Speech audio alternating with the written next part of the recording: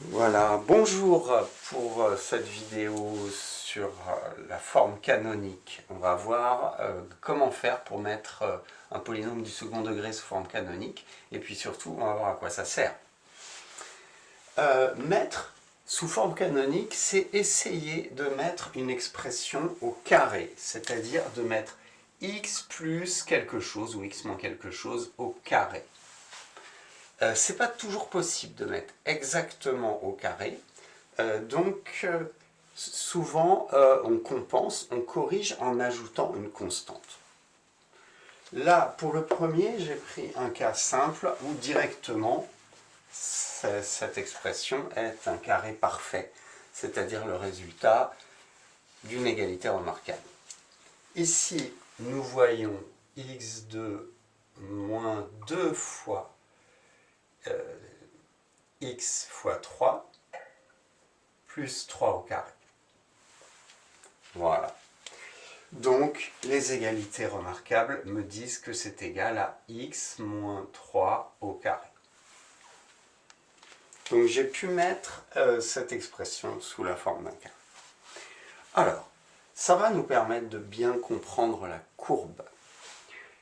Il faut se souvenir que une fonction du second degré, c'est représenté par une parabole et que j'ai en quelque sorte deux types de paraboles.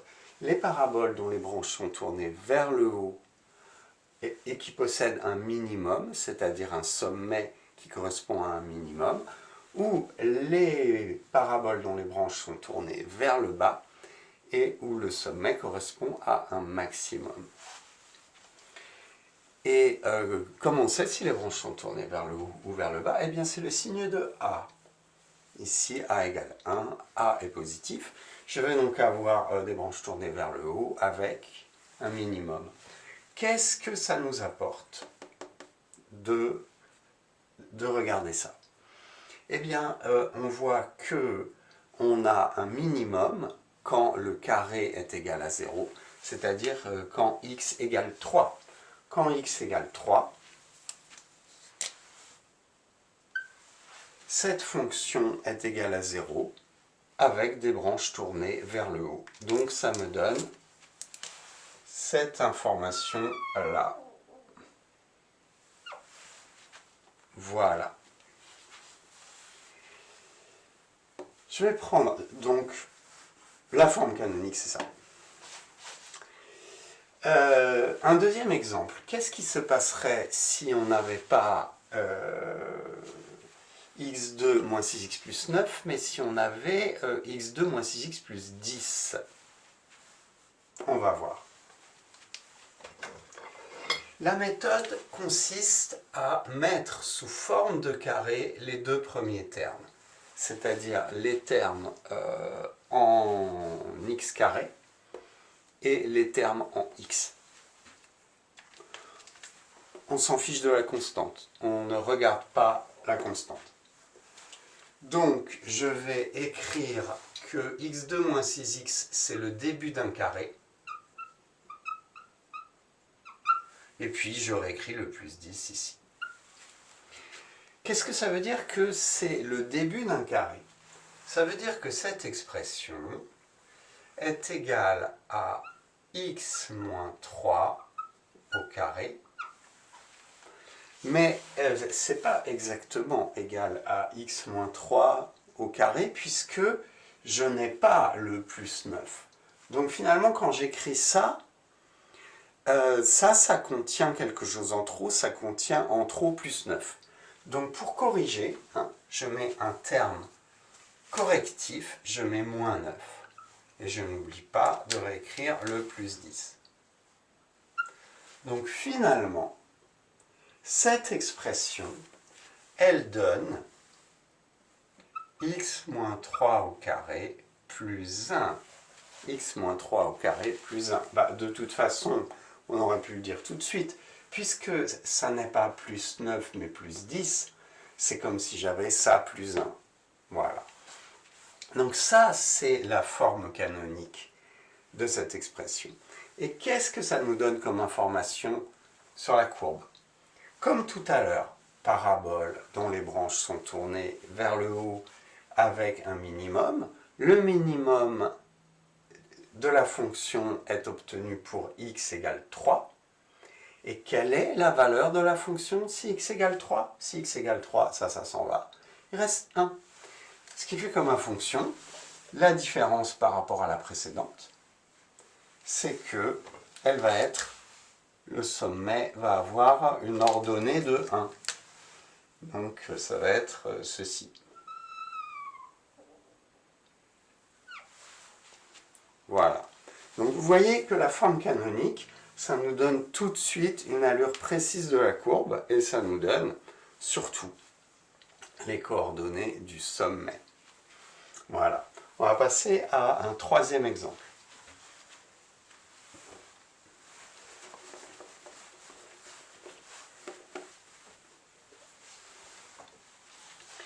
Troisième exemple, on y va.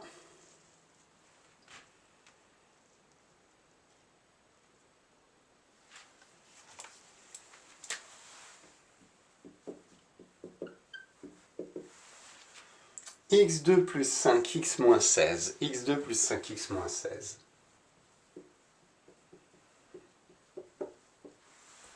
Pour mettre sous forme canonique, je regarde les deux premiers termes ici. Et je me dis que c'est le début d'un carré. Je m'en fiche de la constante. Si c'est le début d'un carré, ça veut dire que je dois avoir un double produit, donc plus 2 fois quelque chose. Alors comme 5 n'est pas pair, je suis amené à écrire une fraction. 2 fois x fois 5 demi. Et puis je réécris le moins 16 parce qu'il est là.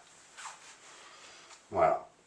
Et je dis que ceci, c'est le début d'un carré. C'est le début de x plus 5 demi au carré. Et je réécris. Alors, en fait, je sais bien que ça n'est pas égal exactement à x plus 5 demi, parce que si j'écris le carré de x plus 5 demi, j'ai un troisième terme qui est 5 demi au carré. Et il n'est pas là. Le 25 quarts. 25 quarts, il n'est pas là. Donc je l'écris en trop. Il faut donc que je fasse une correction. Ça n'est pas vrai que ça, c'est égal à ça. Ça, c'est le début de ça. Donc j'enlève le terme en trop. C'est un correctif. J'enlève le 5 demi-carré qui est 25 quarts. Et je n'oublie pas mon moins 16. Et là, j'ai presque la forme canonique. Pour avoir la forme canonique, il faut juste que je calcule cette constante. On va le faire de tête. 64 quarts, donc 25 plus 64, ça nous fait 89. Ça nous fait 89 quarts. Je trouve donc x plus 5 demi au carré moins 89 quarts. Ça, c'est la forme canonique. Alors pourquoi est-ce que ça nous donne un très bon renseignement sur le graphique?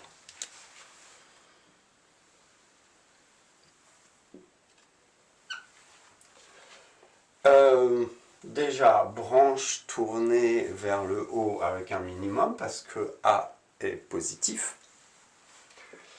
Le sommet a pour abscisse moins 5 demi parce que la valeur minimale de cette expression s'obtient pour x égale moins 5 demi. Donc moins 2,5, moins 2,5 ici. Et l'ordonnée du sommet, c'est 89 quarts. 89 quarts, ça fait environ 22, moins 22. Donc je descends, bon là je mets moins 89 quarts. Je peux prendre la calculatrice pour avoir la valeur exacte. Et je peux donc connaître l'allure de ma courbe, puisqu'ici j'ai moins 5 demi. Moins 5 demi. Voilà, je vais avoir une parabole orientée comme ça. Voilà. Alors, on va passer à un exemple 4.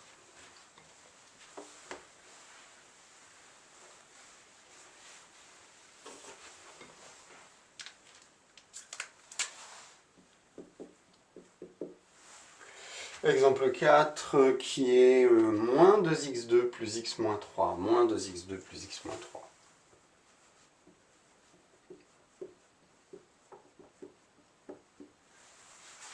Moins 2x2 plus x moins 3. C'est parti. Alors, jusqu'à présent, on n'avait pas eu besoin de mettre a en facteur parce que j'avais pris un a égale à 1. Là, j'ai plus 1, donc je vais factoriser a. Je vous rappelle que la formule, la méthode générale plutôt pour mettre en forme canonique, je vous l'ai donnée dans la vidéo qui explique le delta B2-4AC. Donc regardez cette vidéo si vous ne vous souvenez plus des étapes.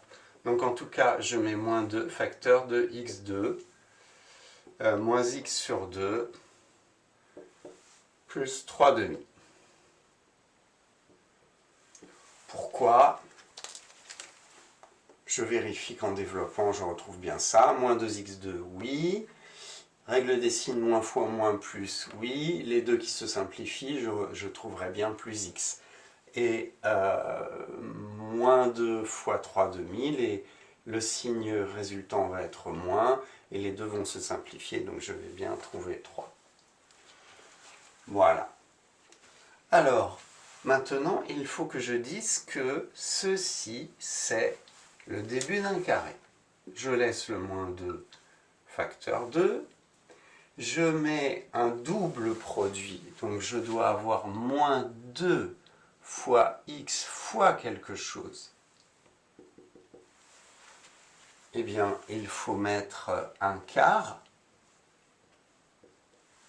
Un quart pour que par simplification, je retombe sur un demi.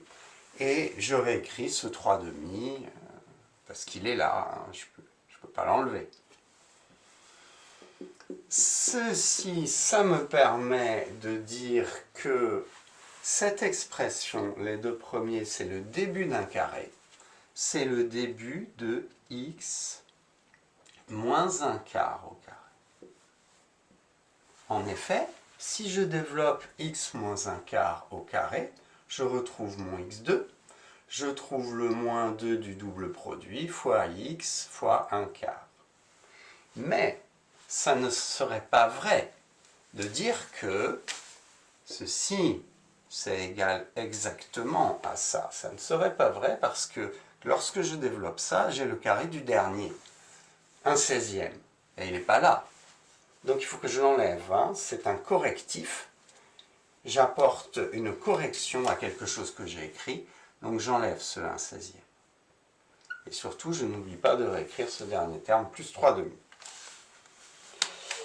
Alors on y va, plus 3 demi. C'est presque fini, puisqu'il suffit que je calcule cette fraction. Donc c'est sur 16, on va faire x8 fois 8, donc plus 24. Donc je vais avoir moins 1 plus 24, ce qui va faire 23 sur 16.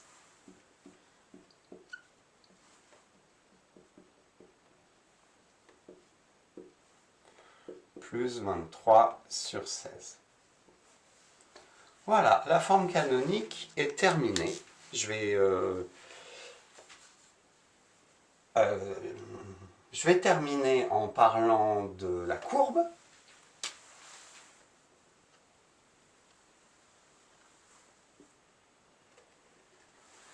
Déjà, c'est une parabole dont les branches sont tournées vers le bas,